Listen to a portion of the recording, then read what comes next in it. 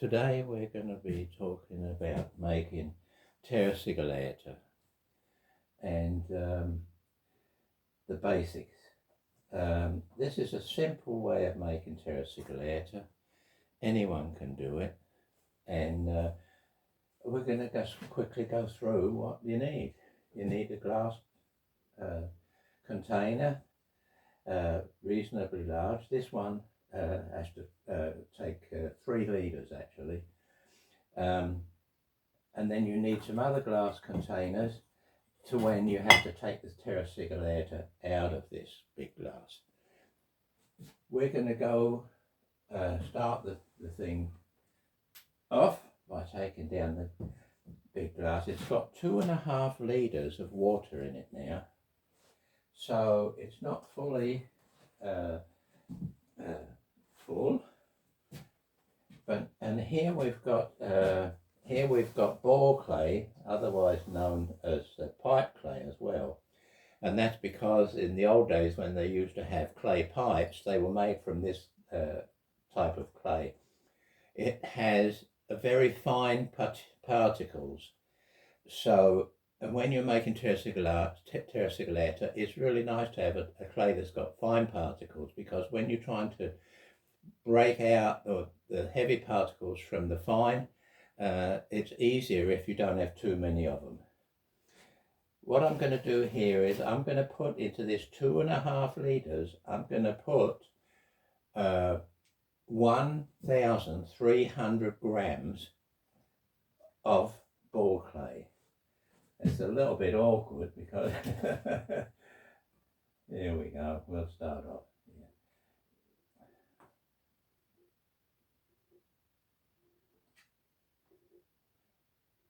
Takes a little while to get it all in there.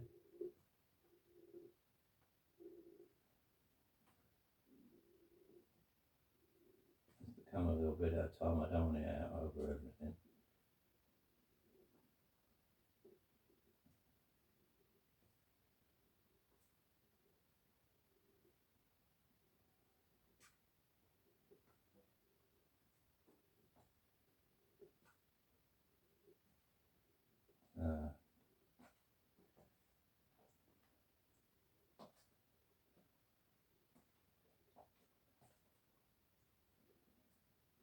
The important thing is to notice that you've got the right amounts.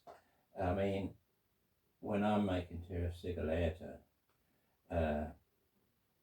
if there's a couple of grams to the one side or the other, I'm not that worried about it. As long as I've got the right clay. That's the most important thing, is get a good clay, you know. This is going to be important.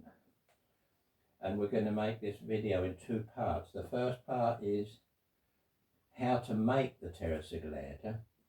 That will say the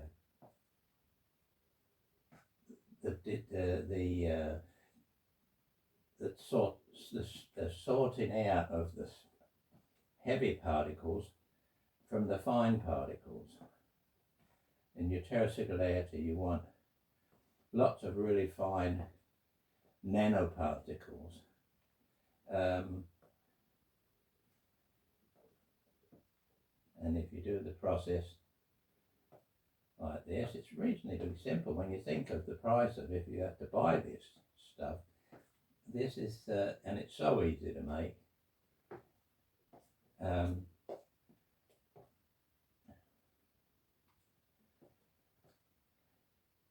I've always been a big fan of making everything myself. I like that. Sometimes you discover things that don't work, you know, well, that's okay, then they don't work and you don't do that again. But you find things that do work and that are not produced commercially. That's why I like Saga firing so much, because I use all kinds of stuff in Saga fire. I use my own hair. When I get my hair cut, take the hair and save it, use it to make Saga firing. There. You can see there's some small particles that go beside. Now the important thing is we have to mix it up really well. We'll take a drill with a fan on the end and we'll start mixing it.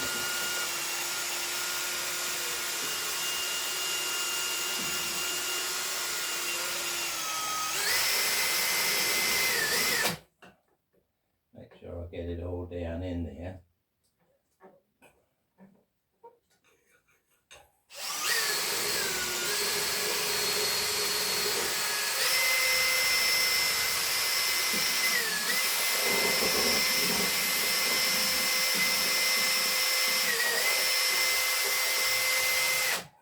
Once it looks like it's all pretty thin, mixed up, I'll just screw this out so it doesn't disappear. Then what we need to do, we need to put some sodium silicate in. And this is really funny because people there's 1,000 ways of doing this, and the amount it differs from the different people and what clays they're using. But I'm using 7 grams, and 7 grams is just the very tip of a teaspoon, and it's nearly impossible to hit 7 grams. But I've found out about, all I need is 1 drop out of this here in this amount, and it will do the trick. So I don't know if I'm going to be able to show you this right fine here. We'll see. Oh, that's enough. So you could see that. So when you buy a bottle of this stuff, it's going to last the rest of your life. Okay, back in with the drill. Tighten it up. And now we do a good thorough mix.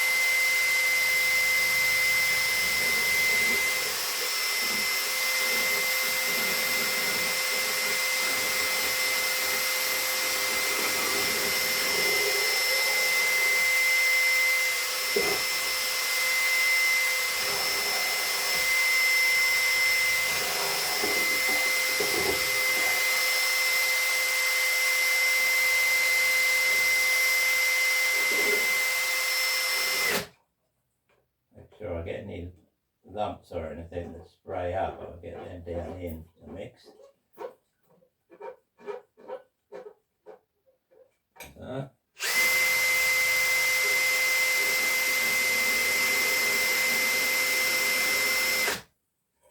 Screw that loose. And we'll get, no, let's use the fan brush. A soft fan brush. Make sure you get everything down in there.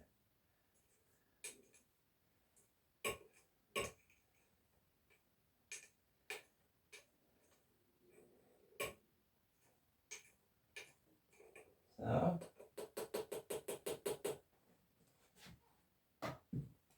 back on with this.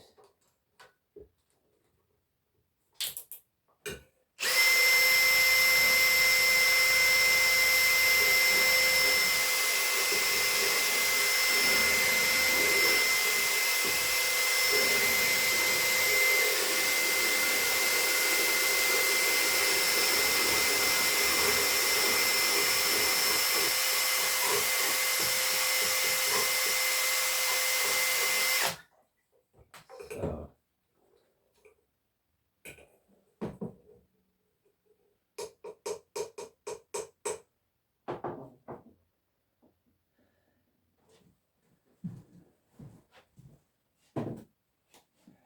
you've seen when I'm using the drill with the fan on, or the blades on, I'm going up and down, and I'm sometimes taking the sides and then sometimes down in the middle. When you take it down in the middle, it's like a tornado going down there.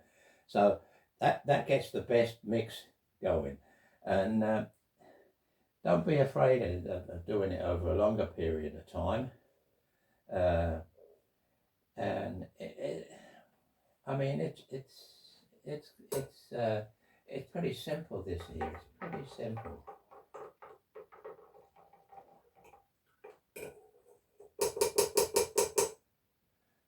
we go. And let's see. I just want to have the dust off of this stick here so it doesn't drop in later. There. Now what I'm going to do is I'm going to put it up here where it's higher than the glasses I'm going to siphon it down into. It makes siphoning a lot easier. Okay, we'll turn it a little bit down, that way there. Oh. And we'll put it up. Okay, that should be good. Now this is important.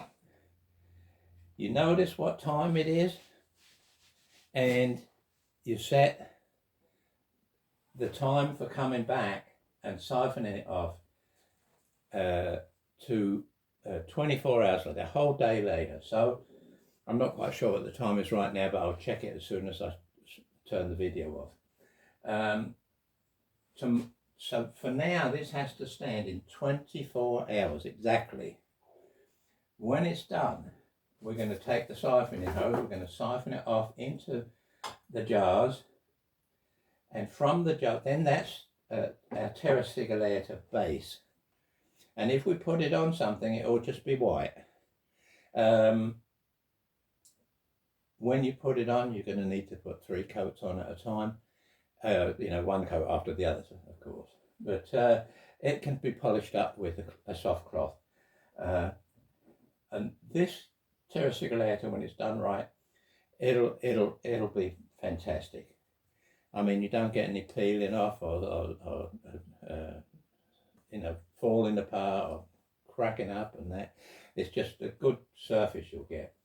Tomorrow, when we make video number 2, I'll show you the siphoning off, and then we'll go over onto the decoration table and I'll show you how I mix colours in and what colours I'm getting and why I do what there.